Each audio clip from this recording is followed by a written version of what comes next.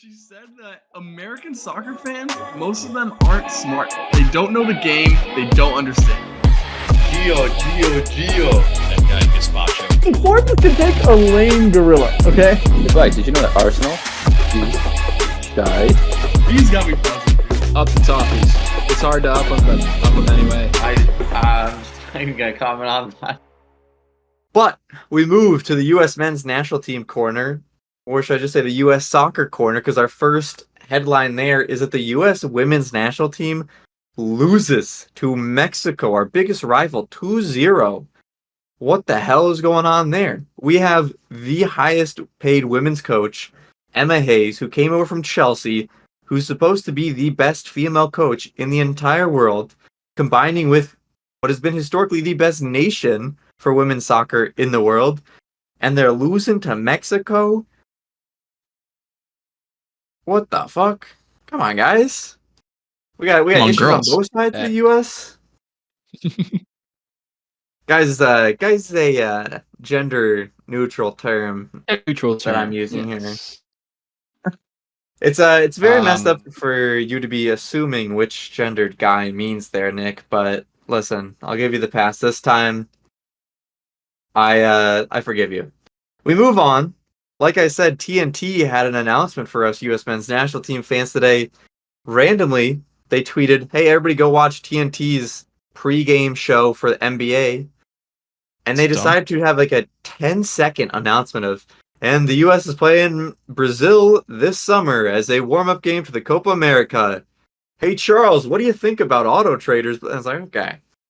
Not much of an announcement, I'll tell you what. They hyped that stuff up.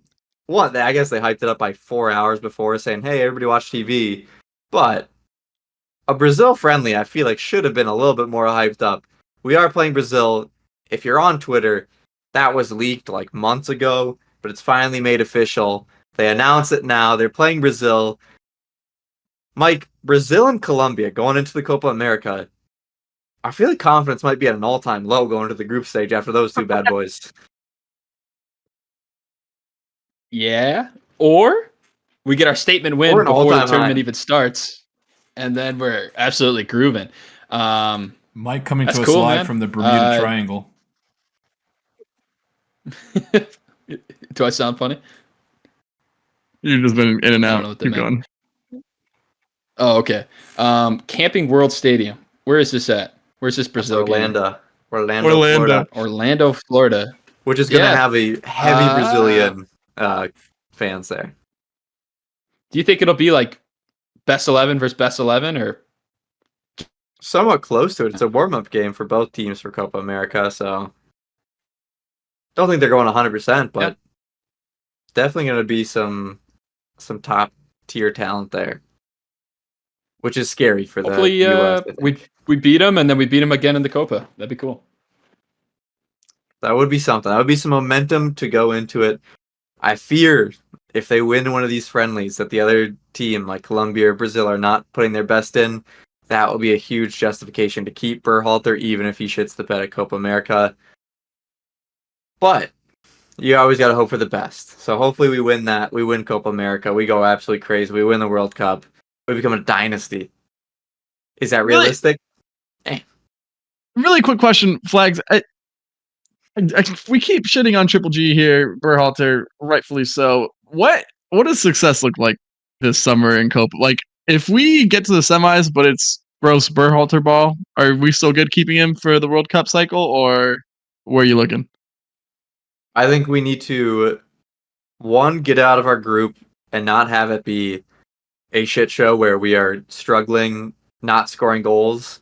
Like, if we have a World Cup type group stage where we are scoring 1 goal, 2 goals the entire group stage, not good. But if we get through, we're scoring goals, and then we get to the knockouts, and we beat a big team, like a Brazil, like a Colombia, and we get to a semifinal, or we get to just a big game against another big team, and we seem like we're playing a good game that we can have a good result and potentially get to a final, I think that's success. I think we need to have one big result and then a good performance if we go out.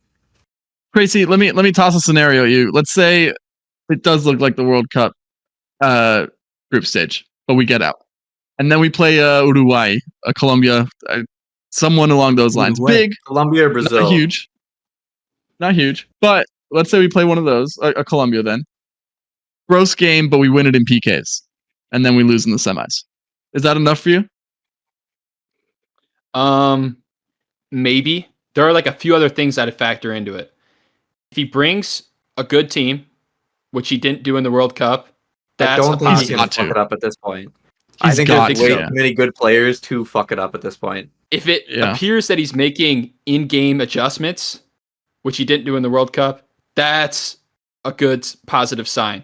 And if the tactics are designed against the opposition, that's a good sign.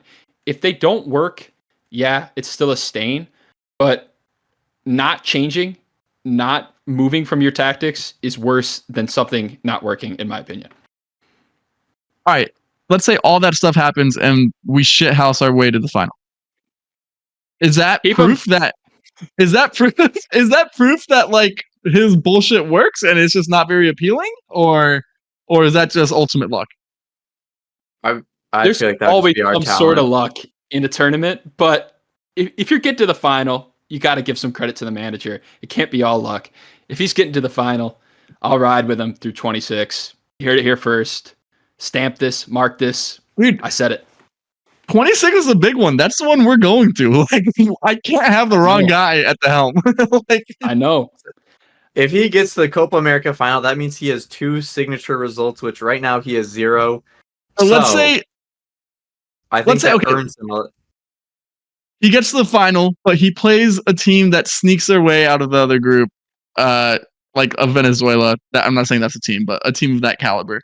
Beats them, and then has a big win, but it doesn't look pretty. It's a PK win in the semis. I mean, it's still good enough for me, man.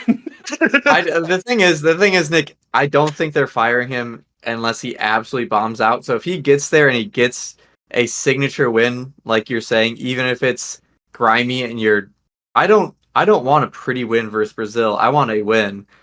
If he has an ugly win where it goes to pens and he finds a way to win against a Brazil or against an Argentina, good on him. If you beat a team that is better than you and you have a signature win, do it, because he has not proved that at all yet. He has not beaten anybody that the U.S. is not expected to beat. I don't think he has a single one where he's been the underdog and won. Okay, final question then. Final question. Let's say it goes bad. He gets fired. How quickly does Greg rehire himself? That's the problem. Jay Berhalter is the CEO of U.S. Soccer, so he's running it. Probably the reason why Greg Berhalter gets hired in the first place. So we're gonna go through another coaching search, and we found out Greg Berhalter is still our man. Still our guy. Last thing I'll say about Greg, you mentioned like ugly style of play or whatever, something along those lines. I don't hate it. I still think we can't really play attractive ball against some of these better sides. I just think there's still a skill gap. So if we shithouse our way against a few teams by playing scrappy, playing ugly, playing low possession, kick it forward ball, I'm fine with it as long as it's an actual game plan that we stick to. So look, I'm not saying I want to play good soccer against teams that we are better than, though. Like in World Cup qualifying, things like that, we have been playing. We cannot score, and that has been Greg Berhalter's biggest issue for every single stop that he's had as a manager. He was fired from Hammurabi because they had a huge lack of goals. They could not score a fucking goal for the life of them. Columbus Crew wasn't necessarily a prolific scoring team, and he didn't really have an amazing resume outside of he performed, I guess, better than average with Columbus Crew, but then the second they did really well. I mean, I think he just needs to prove that he can have a system that scores goals, and I think Gio Reyna is, unfortunate for Greg Berhalter, going to have to be a big part of that. Gio. Listen, Gio should be a big part of that. Wes Mckennie should be a big part of that. But unfortunately, he posted a picture today, or maybe not he posted, but there was a picture posted of him today with his shoulder in a sling. He did come off against Juventus injured with that shoulder. His dad, though, said he would be fine, so didn't think much into it. Was shown in the sling, says they're just going for more testing on it, and he might be out for a week or two. So, not good coming off of a 2-assist performance for him. And Orlando City goes on to the next round of the CONCACAF Champions League. Mike, I'm guessing that you were the one that had that one in. Yeah, why not, dude? I think the Union are playing right now against Costa Rica team. I can't remember what the hell that team was. Also in the Champions Cup, but shout out to the MLS teams. Do your thing. Philadelphia Union prospect to watch for the U.S. is Caden Sullivan. Caden Sullivan. He is right now, I think, 16. He's playing with their B team right now. He was the best player at the U18 World Cup and is just wildly saucy. Scored a scorpion kick in one of their friendlies against like Portugal or Brazil. So, player to watch out for the future for the U.S.